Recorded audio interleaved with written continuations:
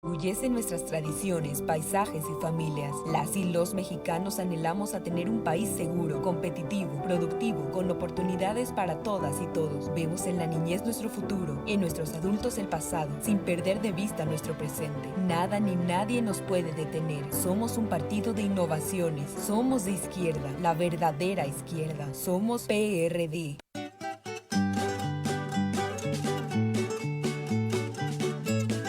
La Flor del Corazón, voz de nuestra comunidad, es una producción radiofónica que abre los sábados a la 1:30 de la tarde. Sintonízanos en el 89.5 FM de Radio Universidad Autónoma de Querétaro. El Tribunal Electoral del Estado de Querétaro es el organismo público, autónomo e independiente que garantiza y protege el ejercicio de los derechos político-electorales de las y los queretanos.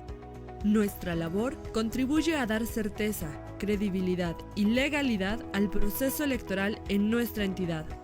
Elegir y participar es tu derecho. Impartir justicia electoral, nuestra razón de ser. Tribunal Electoral del Estado de Querétaro. Cuando le preguntas a una mexicana o mexicano que vive en el extranjero, ¿qué te une a México? La respuesta es... mi familia, mis costumbres y mis tradiciones. Pues la comida. Y cuando le preguntas por qué es importante tener su INE... para identificarme, para poder votar. Para que mi voz se escuche en México. Las mexicanas y los mexicanos nacemos donde queremos y votamos desde donde estemos. Conoces más en votoextranjero.ine.mx. Mi INE es mi voz en México. INE. Estudia Gestión Pública y Gobierno en la Universidad Autónoma de Querétaro. ¿Te gustaría diseñar, evaluar e implementar políticas públicas? Ven a cursar el propedéutico. Iniciamos el 2 de marzo. Fecha límite de recepción de documentos 26 de abril. Mayores informes a los teléfonos 441-106-7459 y 427-137-2364 y a los correos renata@uac.mx y fcpis.uac@gmail.com. Crecer en la diversidad. El futuro es emoción.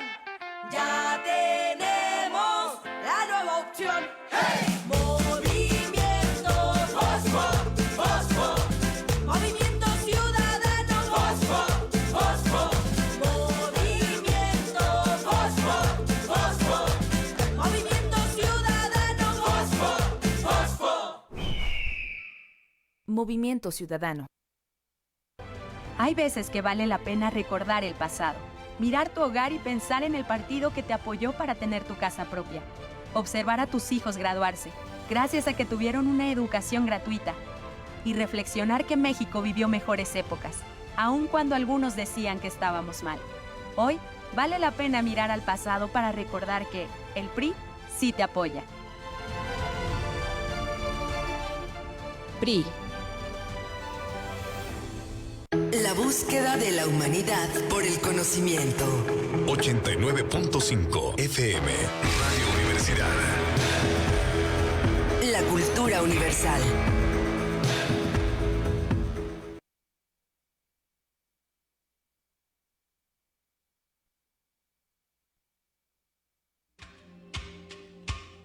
Ecos de la antigüedad. El aprendizaje del hombre en su recorrido por la historia a través del tiempo.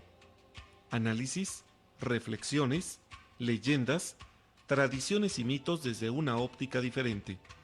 Una producción de Raúl Rodríguez Lucio para Radio Universidad.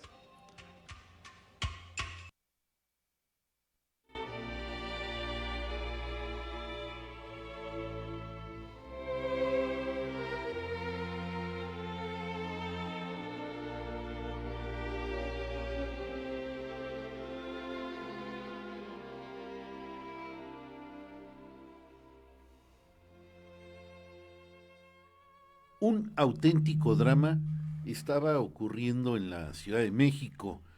1911, en febrero, estaba pasando lo inimaginable.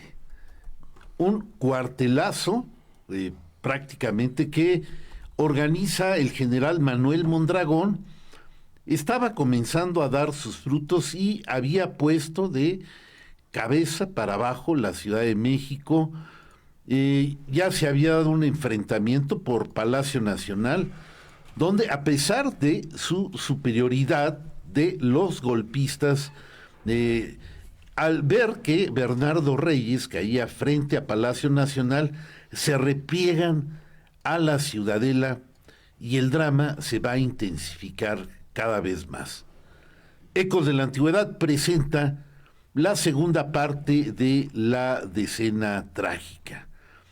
Y bueno, voy a dejar la narración y bueno, la dirección de este programa en manos de Fernando Rocha. Buenos días, Fernando, adelante. Hola, muy buenos días a todos, gracias por acompañarnos en esta nublada mañana, y al parecer así va a estar todo el día, a ver si no llueve más al rato. Y bueno, pues les agradecemos que nos estén escuchando el día de hoy con este segundo programa sobre la decena trágica, como bien lo dijo Raúl, y pues les recordamos que nos pueden sintonizar, obviamente, por la radio normal, 89.5 del FM, o a través de las redes sociales, ya sea en la página de Facebook de Radio Watt, o en la página de Facebook de Ecos de la Antigüedad. Igualmente por medio de las aplicaciones Radio Garden, TuneIn, MyTuner, Radio Box, Simple Radio, Radio México y Radio FM. Igualmente, pues si se pueden comunicar con nosotros, los teléfonos en cabina es el 442-192-1293, y si nos quieren mandar un mensaje de WhatsApp, 442-344-1404. Y bueno, pues vamos a comenzar con esto. La vez pasada, bueno, ya vimos pues cómo se había desarrollado este acontecimiento, cómo se fue. Ay, Dios. Perdón.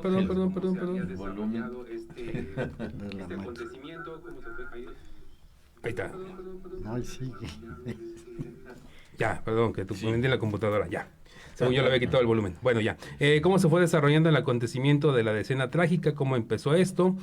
Nos quedamos, bueno, en el inicio del conflicto a través del movimiento de las tropas en la Ciudad de México, el posterior intento de toma del Palacio Nacional, que acabaría con la muerte del general Bernardo Reyes, y pues cuando comienza ya a surgir la figura de la persona o del militar que tenemos más identificado con este acontecimiento, que es el general Victoriano Huerta. Igualmente, pues la participación inicial del gobierno de los Estados Unidos a través de su embajador, y pues es lo que vamos a ver cómo se fue desarrollando el día de hoy. Y bueno, José, pues ya estamos en esta situación en la que ya se intenta tomar el Palacio Nacional. Como dijimos, el general Bernardo Reyes cae, y en ese momento el presidente Francisco I. Madero pues va a buscar ayuda, ¿no? En este caso, en la figura del general Felipe Ángeles. Bueno, pues mira, buenos días a todos en primer lugar. Y en segundo lugar, vamos a tratar hoy de establecer o a explicar que hubo 4 personajes que eventualmente pudieron haber sucedido a Madero. Claro, uno de ellos es Victoriano Huerta, que finalmente lo hizo. Pero les va a sorprender los otros 3. Bueno, uno obviamente es Félix Díaz, también no es tan sorprendente, puesto que es la otra azonada, que hay una azonada doble, por decir, 2 movimientos que se dan a la par. Uno el de Díaz y Mondragón, y otro el de Huerta. Aunque estaban un poco conflaguados, vamos a tratar de explicar eso. Y los otros 2 eventuales sucesores, uno era Francisco León de la Barra, que juega un papel ahí medio especial, y el más sorprendente, Felipe Ángeles. Claro que él no pretendía eso, para nada, pero se le hizo esa proposición. Eso es increíble, ¿no? Que se le haya hecho tal proposición por parte del mismo Francisco León de la Barra. En el juego, el peloteo que se dio en esta que es la guerra falsa, ¿verdad? Este término lo utilicé la vez pasada, alguien se me aventó encima, me dijo que no, que como que guerra falsa, si había habido muchos muertos, sí, pues más de 3,000 muertos, ¿no? Y destrucción de todo el centro de la ciudad, efectivamente todo eso sucedió, pero pues lo que no sucedía es que un ejército atacara al otro, esa era la falsedad. Era la farsa, y esto muchos autores están de acuerdo con este término, ¿verdad? Por si alguien me vuelve a increpar, ¿verdad? Pero está bien, digo, lo importante ahí es que en estos días que vamos a tratar de explicar hoy, estamos hablando del 10 al 18 de febrero, para ubicarnos, o sea, como tú dijiste, un día después, ¿verdad? Hasta que van a arrestar a Madero y van a eliminar a Gustavo Madero. ¿Qué pasó en esos días? Bueno, primero, tú ya nos dijiste, Fernando, que ellos, que Madero regresa con Felipe Ángeles, que fue a traer a Felipe Ángeles y a 2,000 elementos del ejército que estaban en Morelos para que lo apoyaran. Pero miren qué pasa. Llegando Madero a México, ¿verdad? Le dice a García Peña, que era el secretario de guerra, que él quería nombrar a Felipe Ángeles jefe de su Estado Mayor y comandante, y García Peña le dice que no es posible eso, puesto que Ángeles es general brigadier y había generales de división de por medio, entre ellos Huerta, que recientemente había sido nombrado. Entonces pues que no, y entonces el mismo García Peña y un coronel de apellido Navarro, si no estoy mal, que era jefe de la artillería, asignan a Felipe Ángeles a una batería frente al Hotel Imperial en Calzada de la Reforma, ¿verdad? Que como ya comentamos, no tenía alcance para realmente hacer daño a la ciudadela, y los obuses que tenían, que eran obuses que no podían con el espesor de las paredes que había en la ciudadela, o sea, prácticamente lo neutralizaron. Pero aquí lo interesante es que él, por su afán de disciplina militar, pues accedió, ¿verdad? Accedió, se lo había traído, fíjense, lo trae Madero, ¿verdad? Él viene a ayudar, a apoyar a Madero, y le dicen, pues sí, señor, pero usted se vaya a esa batería. Y obviamente Ángeles tenía los conocimientos suficientes para saber que ahí no iba a hacer gran cosa, ¿verdad? Y él acepta por dos razones. Primero, por disciplina militar, era mantener el orden, la disciplina del ejército. Y segundo, un poco de desconcierto, puesto que Madero dijo, ok, está bien, ¿verdad? Entonces, ahí tenemos que Madero pierde el control del ejército en el momento en que aceptó esa decisión de su secretario de guerra. Y obviamente Huerta está atrás de todo esto. Bueno. Ok. Raúl. Sí quiero hacer un comentario. Yo creo que estamos cayendo en el punto de análisis que yo me atrevería a calificar como de a toro pasado. Para Madero era imposible saber si Huerta lo iba a traicionar o no, si se habían peleado, si Huerta estaba resentido, pero eso no lo podía saber Madero.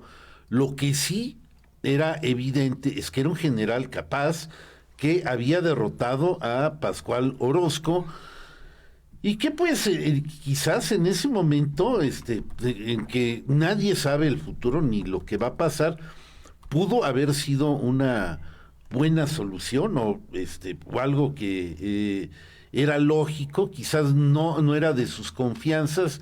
Felipe Ángeles no tenía el grado suficiente, y yo lo voy a poner así, a suponer de que era para el momento era una buena decisión, porque nadie iba a prever que era un traidor en los momentos de angustia y de apuros que estaba pasando ahí. Así es que, bueno, esa es una opinión rápida, nada más al calce, y ya. A ver, ya que buenos días a todos, ya que el debate empieza a estar sabroso, aquí ya podemos platicar. No estoy yo del todo de acuerdo, porque es más la ingenuidad o la falta de oficio político de Madero.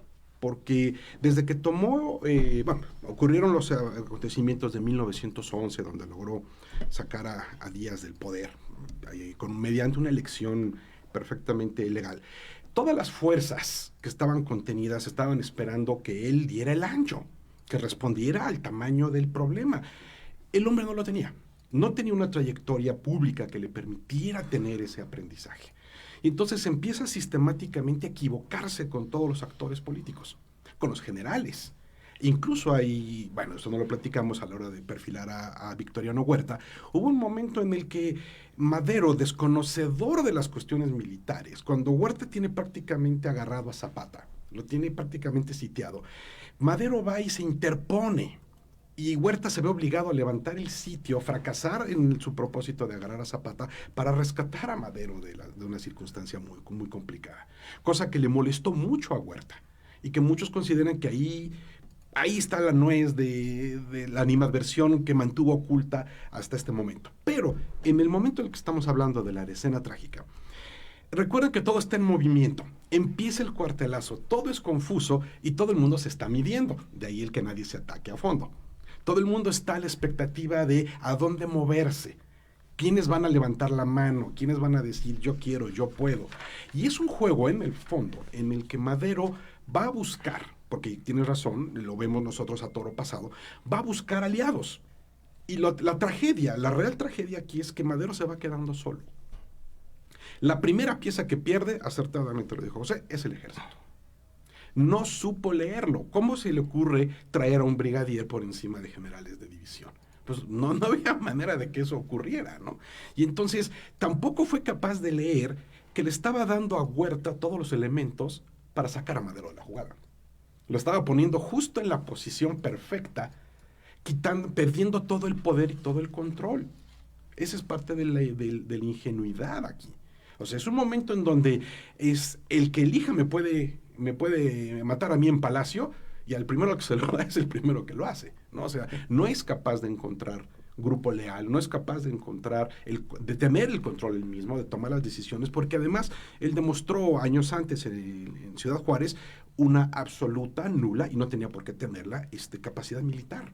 No era un jefe que supiera de esas cosas, no tenía la más remota idea de cómo funciona el ejército. Entonces, tener al ejército en medio de esta efervescencia, en medio de esta confusión, y se le da al más malo de todos, ¿no? Entonces, bueno, es cierto, fue sugerencia del secretario de Guerra, pero también tuvo la anuencia de la familia Madero, porque Madero no tomaba decisiones si no las aprobaba su papá. Entonces, imagínense, es una cosa así toda bastante curiosa. Entonces, es un hombre de poca decisión, poco ejecutivo en ese sentido, y es un momento de crisis. Entonces, le cede la batuta al único que no debe haberse la dado. Y por eso, pues, paga. Ya sabemos cómo acaba la historia. A ver, José. Mi opinión de todo lo que acaban de decir. Efectivamente, Raúl, está a toro pasado este análisis, definitivamente, ¿verdad? En el momento, pues, todo mundo, como tú dices, estaba midiendo, valorando, pero sí quiero hacer hincapié en lo que dije. O sea, es muy curioso, porque efectivamente, Raúl, comparto contigo, Madero le va a dar el voto de confianza a Huerta hasta el último momento, ¿verdad? Eso es un hecho. A toro pasado lo podemos saber por varios testimonios, ¿verdad? Pero también, ¿por qué fue a traer a Felipe Ángeles? Tan sencillo, no hubiera ido a traer a nadie. Claro. Entonces, siempre está esa dualidad. Ahora, la otra, que si era capaz o incapaz, yo defiendo que Madero fue capaz porque haber hecho su campaña para ser presidente de la República no fue cualquier cosa, todos los obstáculos que tuvo que vencer. Ahora, que si su papá le daba indicaciones o no, pues fue contra la familia Madero en su postulación como presidente, ¿verdad?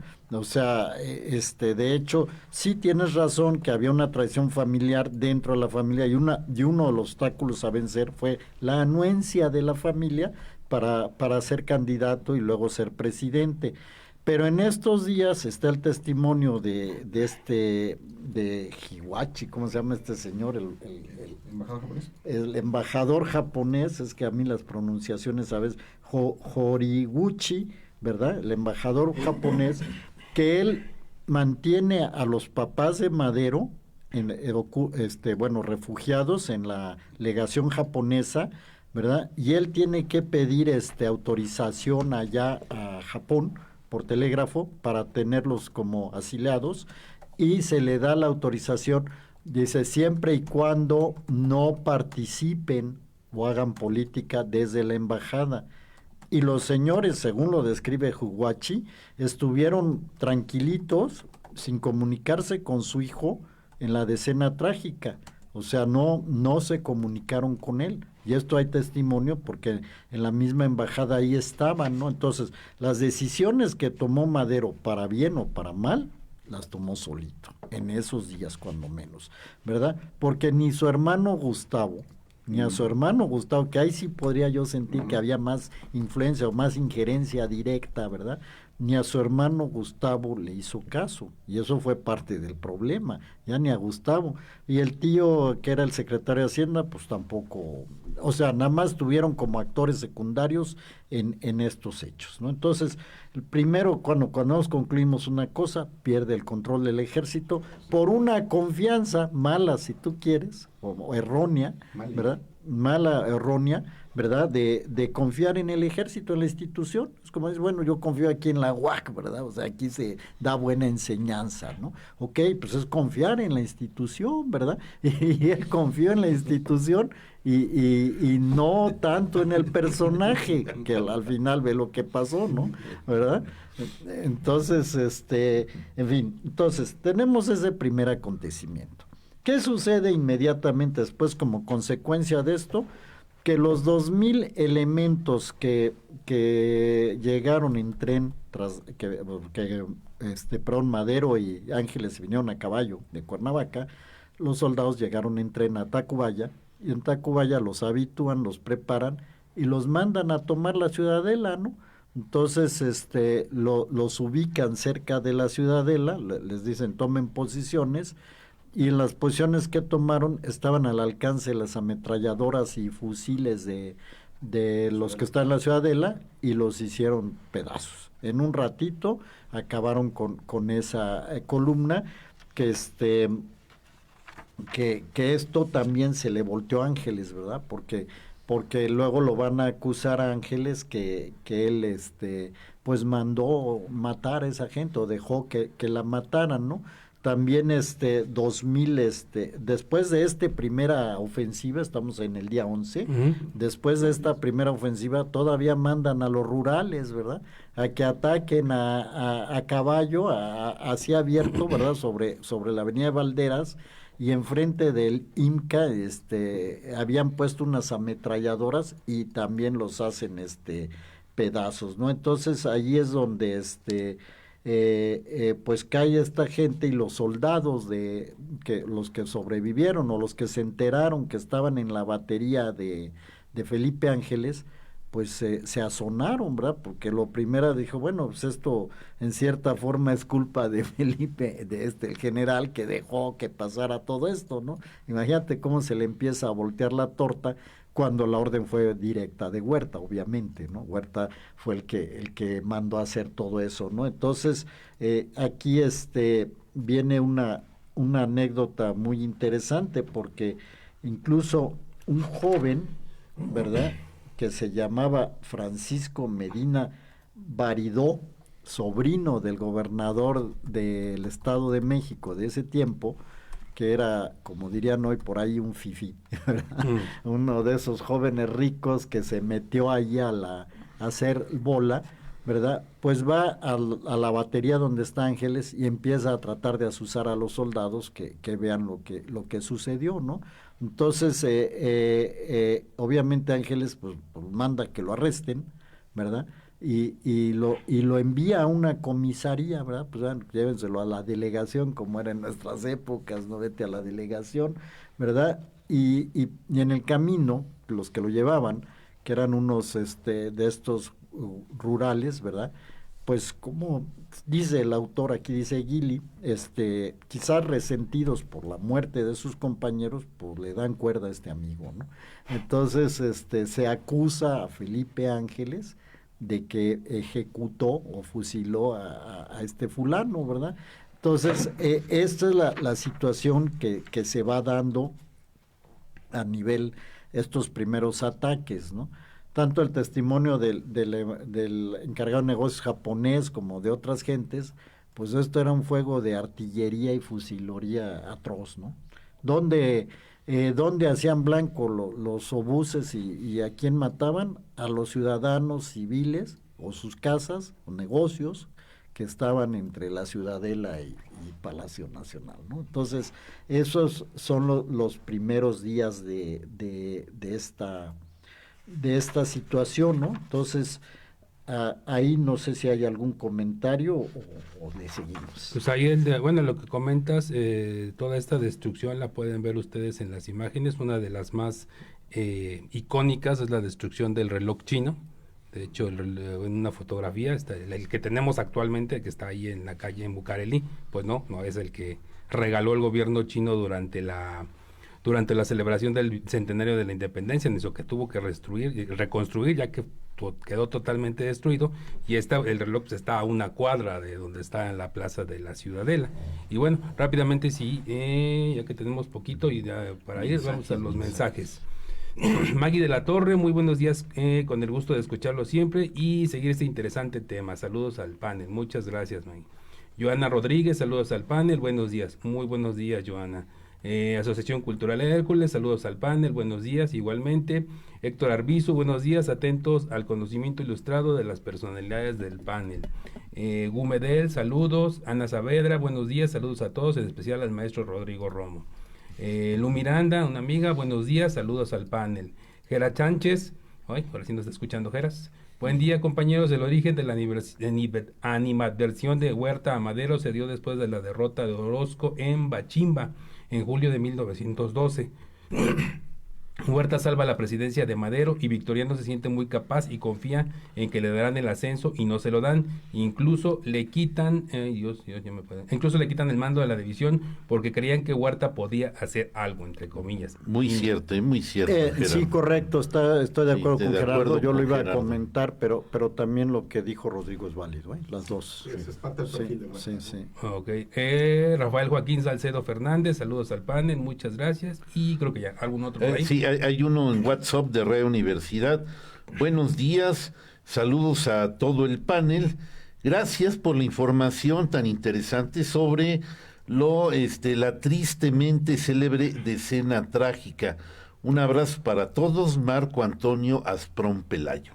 Perfecto. Bueno, pues en estos 5 minutos que tenemos, José, antes del corte. Bueno, también saludo por ahí a Claudio Márquez Pasi, que por ahí está. Aunque no se manifestó, pero ahí está. Ahí debe andar. Claudio. Porque luego con él platicamos las personalidades de Díaz y de Madero. Por eso lo menciono. Entonces, bueno, ahora vamos a brincar un poquito. No voy a hacer tanto relato de todo ese cañoneo que hubo por ahí, ¿verdad? Ya nomás dije las escenas primeras y ahora vamos a entrar un poco a lo que les dije. Esta serie de actores que están jugando un papel. Primero. Pero aprovechando estos minutos, antes de que nos vayamos, durante este momento, ¿qué estaba haciendo Madero? Madero estaba en Palacio Nacional, recibiendo y discutiendo con gente y, como quien dice, un poquito esperando los acontecimientos. Le había dejado a Huerta la potestad de terminar con la zonada y pues recibía los informes de Huerta y de los jefes que estuvieran ahí, ¿verdad? Pero así que tú dijeras directamente intervenía, daba órdenes, no daba ninguna orden, ninguna organización, nada de eso, ¿no? Él estaba con la confianza, eso sí, de que iba a ganar, ¿verdad? Con la expectativa de que esperar los resultados, ya está ahí, ¿verdad?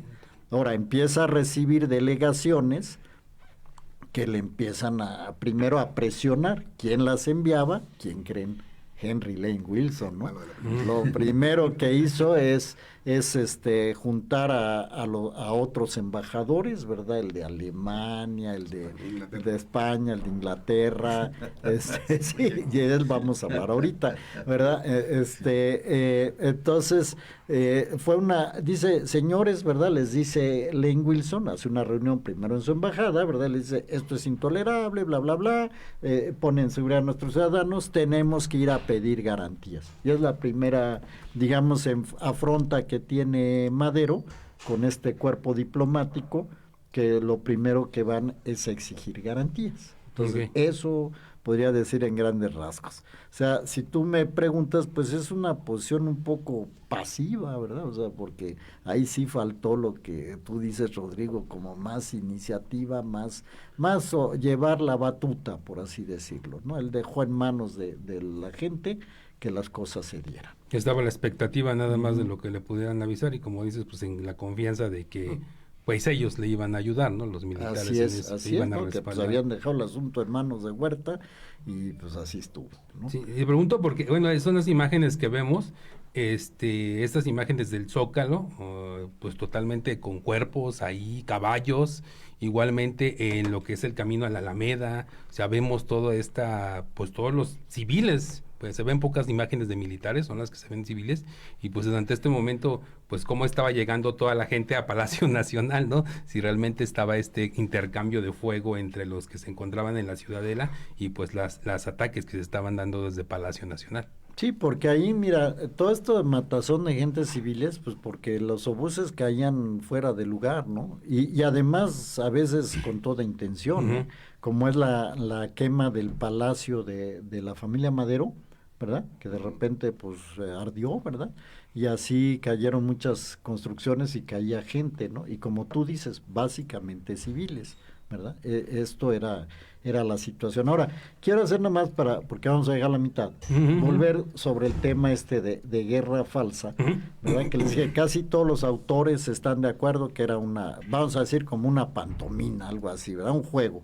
Y sí lo era, porque en realidad, ¿qué es lo que sucedía en esos días? Se estaba discutiendo quién se iba a quedar en vez de Madero. Ese es el punto. Y por qué hay un autor que se llama Bernardo Ibarrola, que es más reciente, que él hace hincapié en un punto que yo comenté la semana pasada.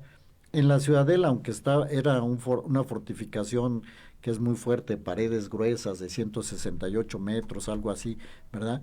Estaba llena de material de guerra, armas y municiones, que eso es lo que creó la incertidumbre, ¿verdad? Por eso se van por la negociación.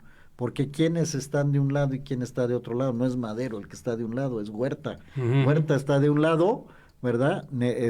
Buscando quedarse él, y del otro lado está Félix Díaz. Entonces, toda esta pantomima, por así decir, o todo este teatro trágico de bombas y muertos y lo que tú quieras, ¿verdad? La intención era darse tiempo para llegar a un acuerdo. Ese es el punto. Y ahorita, si me permiten, en la segunda parte voy a explicar cómo estuvo toda esta negociación. Perfecto. Bueno, pues llegamos a la mitad del programa, vamos al corte, identificación de la estación y regresamos.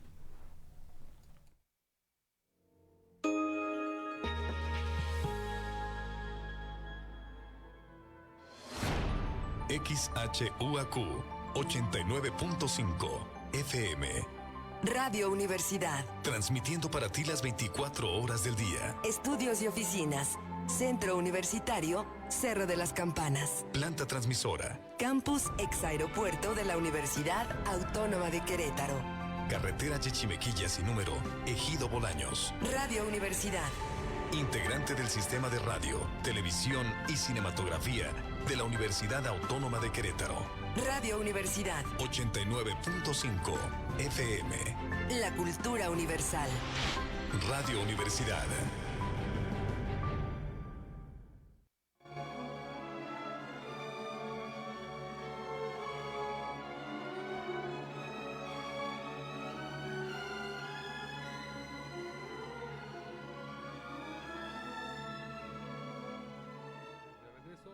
Gracias por acompañarnos. Vamos a ver si tenemos algún mensaje nuevo. Me parece que sí. Sí, aquí tenemos Luis Reyes Vázquez, buenos días, aquí presente con el interés de siempre. Buenas gracias, Luis. Y Gera Sánchez nuevamente, el espiritismo de Madero jugó un papel importante en sus decisiones. No olvidar este pequeño detalle. Perfecto, muy bien. Bueno, pues vamos a continuar. José, por favor. Sí, mira, estos comentarios de Gera son muy acertados y de eso hemos hablado en otros programas y no me quiero desviar porque si no acabo con lo que estamos tratando, pero son acertados los comentarios. Bueno, decíamos, están los actores. Bueno, resulta que les decía, por un lado está están Huerta y Félix Díaz, que se reúnen, creo que esto también lo habíamos comentado, en la pastelería El Globo, efectivamente. Y fíjense más el descaro, ¿no? O sea, aquí hay versiones, hay quien dice que sí se reunieron, hay aquí incluso otra versión que es muy importante, que comisionados, o sea, bien representados. Que mandaron, que Huerta mandó un representante, y también que hubo las reuniones en la casa de, ahorita déjame ver si no me acuerdo de este nombre, ¿verdad? Déjame ver el nombre, ¿dónde lo apunté? Quién sabe, ¿verdad? Pero es en la casa de un particular, ¿verdad? Y esto... ¿Enrique Cepeda? Cepeda, sí, efectivamente. Y cuando, esto es cuando ya el hermano de Madero, Gustavo, agarra a Huerta, ¿verdad? Y esto vamos a hablar más adelante, y le dice, pues es que usted fue a casa de este señor Escalona, creo que se llama, no me acuerdo, ahorita lo busco, y aquí está Enrique Cepeda, efectivamente, a la casa de Cepeda, ahí se reunió usted, y Huerta cínicamente dice, es un asunto de faldas, ¿no? Fui a ver a una mujer casada, ¿verdad? Pero bueno, eso va más adelante. Pero se reúnen, lo que sí tuvieron varias reuniones o mandaron gente, son las negociaciones que se van dando. Pero dentro de toda esta temática, volvemos con Felipe Ángeles, resulta que el embajador de Inglaterra lo manda a llamar, que vaya a la embajada, porque una batería que había colocado él en la estación de San Lázaro, me parece, que estaba muy cerca de la embajada, pues al cruzar el fuego, o sea, al recibir respuesta de la Ciudadela, estaba peligrando, por así decir, la embajada, ¿no? Pero la verdad es que cuando llega Ángeles ahí y empiezan a discutir ese tema, ¿quién creen que estaba ahí? Estaba Francisco León de la Barra. Y Francisco León de la Barra, ya el mismo día 10, le había enviado una carta a Madero, ofreciéndose él como mediador, y Madero lo había rechazado. Por esos líos que tuvo con Zapata y Huerta, etcétera, etcétera. O sea, él ya no tenía buena opinión de la Barra y lo rechaza. Pero Felipe Ángeles escucha de la Barra, y Felipe Ángeles va al día siguiente y ve a Madero y le dice, este señor se está proponiendo como mediador, y Madero le dice, este señor pues no tiene caso, no es de fiar, ¿verdad? y Ángeles le dice, pero pues nada perdemos con escucharlo, ¿verdad? Entonces ya Madero le dice a Ángeles que vaya y traiga a De la Barra, y a De la Barra va y se ofrece como mediador. Y bueno, pues Madero, volviendo a ese tipo de decisiones y en ese consejo, dijo, ok, pues vaya usted y allá a la Ciudadela, ¿no? Para esto, a la Ciudadela, Wilson y los embajadores ya habían ido, ¿verdad? Fíjense aquí donde empieza el problema. O sea, esto es, como dicen, reconocer como parte beligerante, ¿no? En el momento en que un cuerpo diplomático va y se dirige ahí, ¿verdad? Pues ya le estás dando cierto reconocimiento a Díaz. Bueno, el día que va De la Barra, que es el día 14, que se va a entrevistar con Félix Díaz, también fue Cologan. ¿Quién es Cologan? El embajador de España, ¿verdad? Él también había ido, y es muy curiosa esta escena, porque Cologan va, ¿verdad? También se había ofrecido o lo habían mandado como mediador, ¿verdad? Y en el momento en que él va, se arrecia el tiroteo, por así decir. Incluso a la hora que él está hablando con Félix Díaz, pues se rompen ahí los vidrios del tiroteo, y Félix Díaz le dice, oiga, pues mire, su vida está peligrando, y dice, eso es lo que menos importa, le contesta Cologan. O sea, como que Félix Díaz dijo, vamos a aprovechar aquí el momento para hacer el impacto del riesgo que hay de que muera un diplomático. El otro dijo, esto es lo de menos, ¿no? Total, Díaz dice, yo no acepto nada si no se rinde Madero. Cologan sale entre esas balaceras, anda por ahí caminando por la calle, por las balaceras, y lo recoge el embajador de Cuba, Sterling, ¿verdad? Y y lo lleva a dónde, a dar parte con Madero del resultado, no, a la embajada de Estados Unidos, ¿verdad? Entonces, es a la par de que sale Cologan, atrasito entra De la Barra, ¿verdad? ¿Qué habló de la Barra con este amigo? Pues no se sabe a ciencia cierta, pero estuvieron hablando más de una hora. Y sale, obviamente, lo mismo, con la misma respuesta, no me rindo si no se renuncia a Madero. Uh-huh. Y sí va y le dice a Madero, pues, que ese es el resultado de la negociación. Y digamos, como todas las negociaciones políticas, se supone que esto siempre es como en privado, ¿no? O sea, no estamos aquí en privado, no está la prensa. Pues, ¿qué creen? Que sí estaba la prensa. O sea, la prensa estaba enterada de estas negociaciones y las publican. Pero llega a un grado extremo que en el New York Times del día 15 sale un artículo diciendo que efectivamente Madero iba a renunciar porque era incapaz, pero que también Félix Díaz no tenía la capacidad para gobernar y que el más indicado para que tomara el gobierno era Francisco León de la Barra. O sea, ya anunciaban la renuncia de Madero, cosa que no había sucedido, ¿no? Entonces, al día siguiente el mismo periódico se tuvo que desmentir, pero seguía recomendando a León de la Barra, ¿verdad? Como un buen sucesor. Entonces, fíjense, eso hablando de manejos de medios, ¿verdad? Las redes sociales de aquellos tiempos eran los periódicos, ¿verdad? Salen fake news. Entonces, esto en la noche, cuando en la noche del 14, que ya le habían informado a Madero, De la Barra se vuelve a reunir con Felipe Ángeles.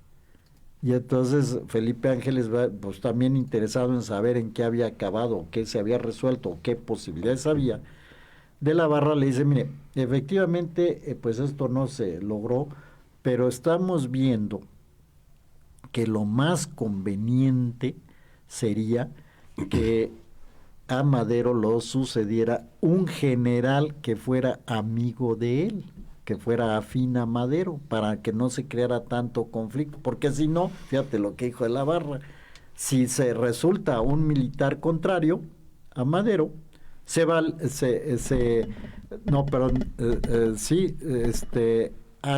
puede levantar todo el país, algo así dijo. Bueno, el tema es que Ángeles, que esto lo publica en un artículo en una revista en el 16 de abril de 1914, que le llama ratificación histórica, porque a toro pasado, Raúl, siempre sucede que todos queremos componer la historia, y donde yo la andaba regando, pues ya le digo que no, ¿verdad? Y uno de ellos era Francisco León de la Barra, que era embajador de México en Francia del gobierno de Huerta, pues empezó a decir que él no tuvo nada que ver, ¿verdad?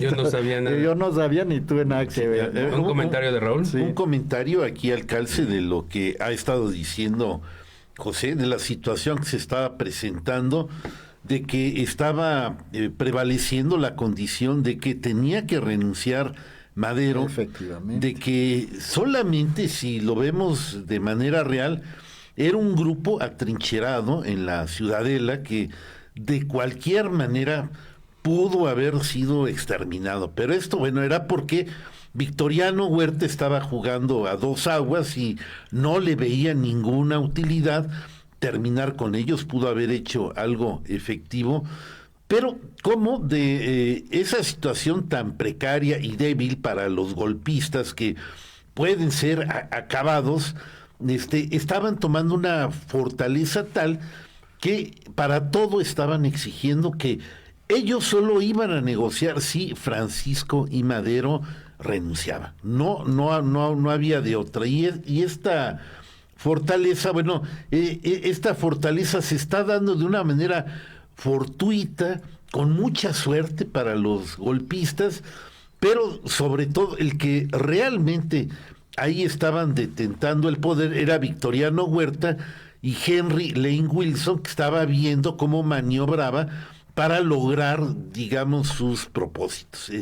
Desgraciadamente, bueno, ya era hora, y aquí esto sí no creo que haya sido a toro pasado, de que Madero se diera cuenta que Huerta no le era leal, le faltaba inteligencia, de haber escuchado un poquito más a Gustavo A. Madero, su hermano, de que realmente estaba tratando con un traidor y vamos, destituir a Huerta y poner a Felipe Ángeles, y estoy seguro que se hubiera arreglado todo mucho más rápido. Es un rápido comentario. Rodrigo. Pues ya llegamos al momento de tocar de frente al villano de la película, que es Henry Lane Wilson. O sea, aquí acabas de mencionar que estaban precisamente midiéndose. El programa pasado mencionamos cómo metió mano a Wilson, cómo era el golpe empezó de una manera confusa, como todos los golpes pasan, situaciones cambiantes que vienen. Y Henry Lane Wilson fue el que empezó a tomar la batuta del movimiento contra Madero. Este es, creo que, el punto más importante, porque es el que cuadra las posiciones. Es el que tiene las reuniones secretas, o no tan secretas. Ni siquiera es la mano negra, es la mano muy abierta. Entonces, Henry Lane Wilson se convierte en el coordinador del movimiento para sacar a Madero. Él tiene una visión preconcebida a propósito de Madero, lo quiere fuera, le tiene una animadversión personal, y Henry Lane Wilson comete básicamente un crimen al fabricar su propia política exterior. Le informa lo que quiera al Departamento de Estado, le informa lo que quiera el presidente Taft, y él interviene sin pudor alguno para tirar a un presidente legítimamente electo. Entonces, primero coordina a los embajadores para que le envíen un mensaje a Madero de que las cosas están muy mal. Entonces, primer mensaje para Madero de que no tiene apoyo del cuerpo diplomático, no tiene apoyo de los militares, está prácticamente vendido a la voluntad de alguien que está midiendo su momento a ver si se puede. No ataca a Huerta Félix Díaz porque ya hubo reunión con Henry Lane Wilson. Y ya pactaron, el famoso pacto de la embajada, ya pactaron que se tiene que ir Madero. Entonces Henry Lane Wilson sigue coordinando el esfuerzo, sigue moderando las aguas para que hagan más ruido, menos ruido, con el objetivo final de que renuncie Madero. Le presenta un ultimátum a Madero. Madero va, y es de los momentos donde sí adquiere una dignidad bien interesante. Madero lo rechaza, lo regaña, le dice que no tiene que andarse metiendo en asuntos internos de México, reporta.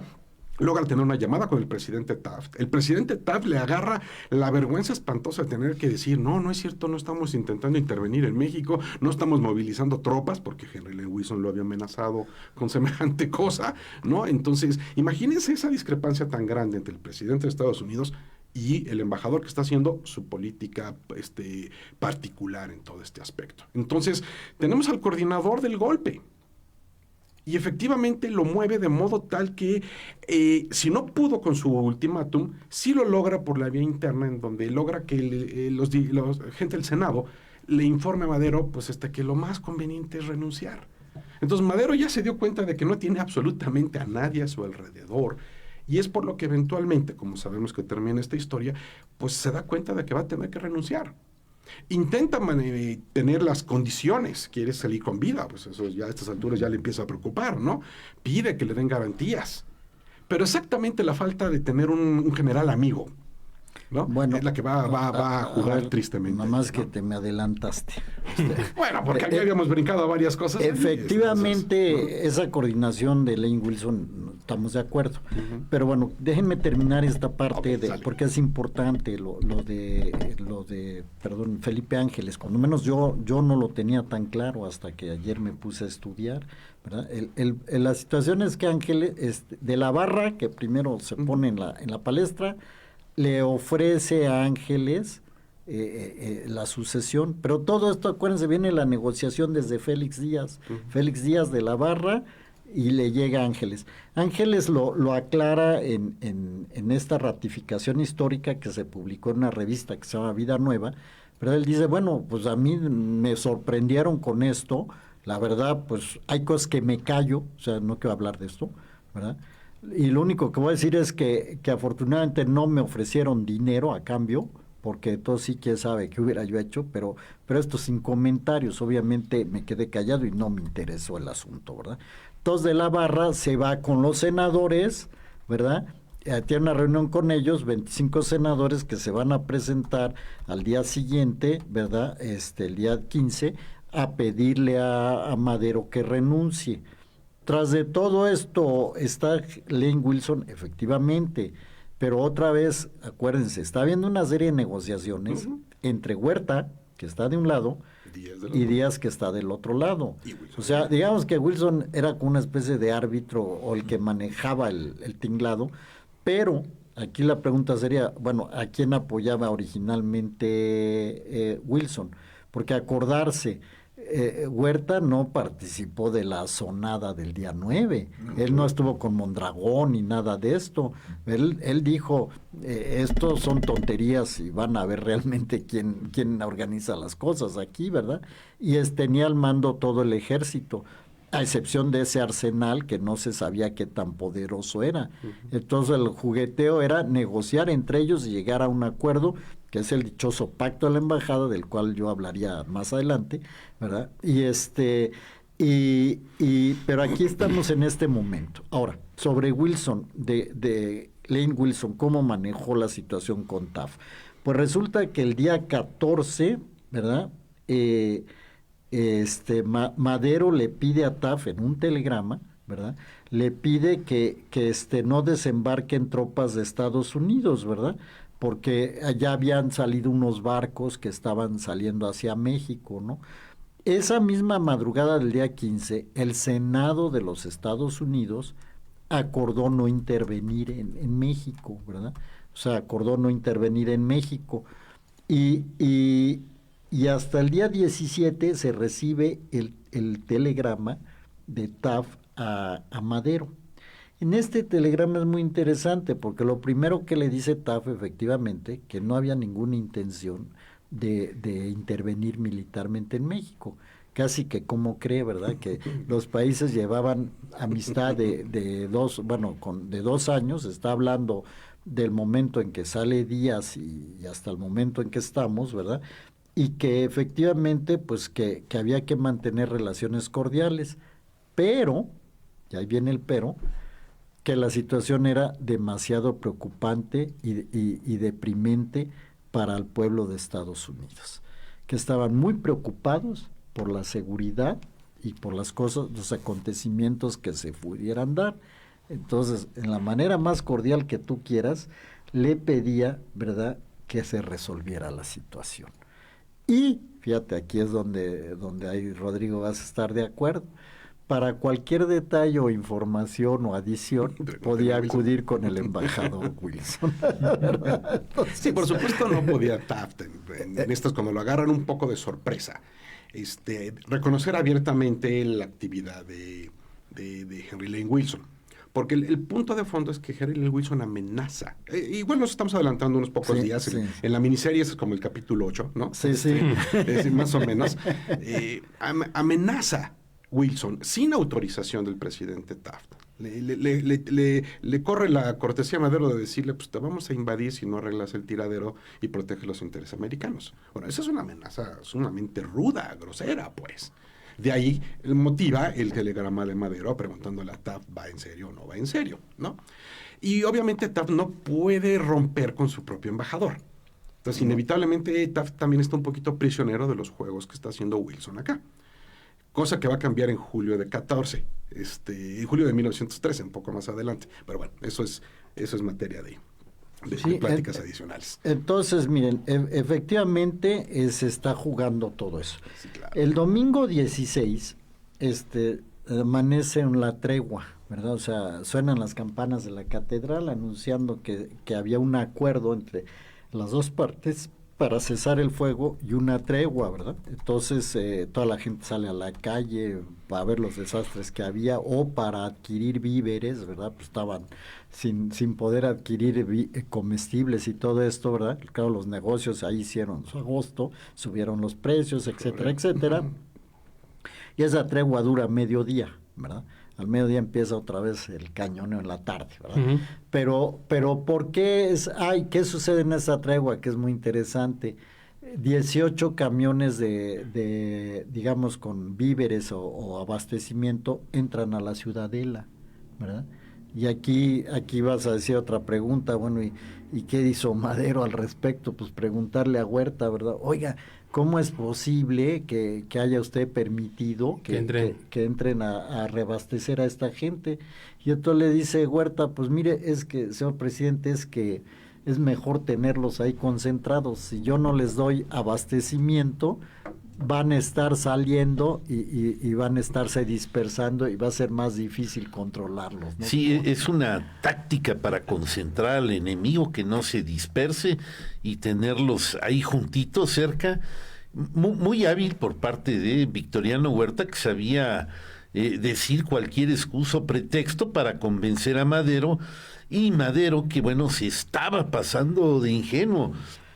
Sí, pasaban los días, había actos por demás sospechosos, y él seguía confiando en su general y sin hacerle caso a Gustavo Madero, hasta que vamos a llegar al punto dramático en que Gustavo Madero sorprende a Huerta y lo toma prisionero. Ahí yo creo que es el punto de quiebre de la situación, donde se pudo haber resuelto algo, pero bueno, pues Madero, fiel a su inocencia y a su candidez, siguió siendo inocente y cándido. Sí, si esto hicieran una teleserie, ¿verdad? Y los espectadores no supieran el fin de la historia, sería novela de esas que causan tensión, ¿verdad? Porque eso que acaba de decir Raúl es muy cierto, ¿no? Pero antes de entrar en ese detalle, ¿verdad? Bueno, ya dijimos que ahí la negociación casi estaba cerrada.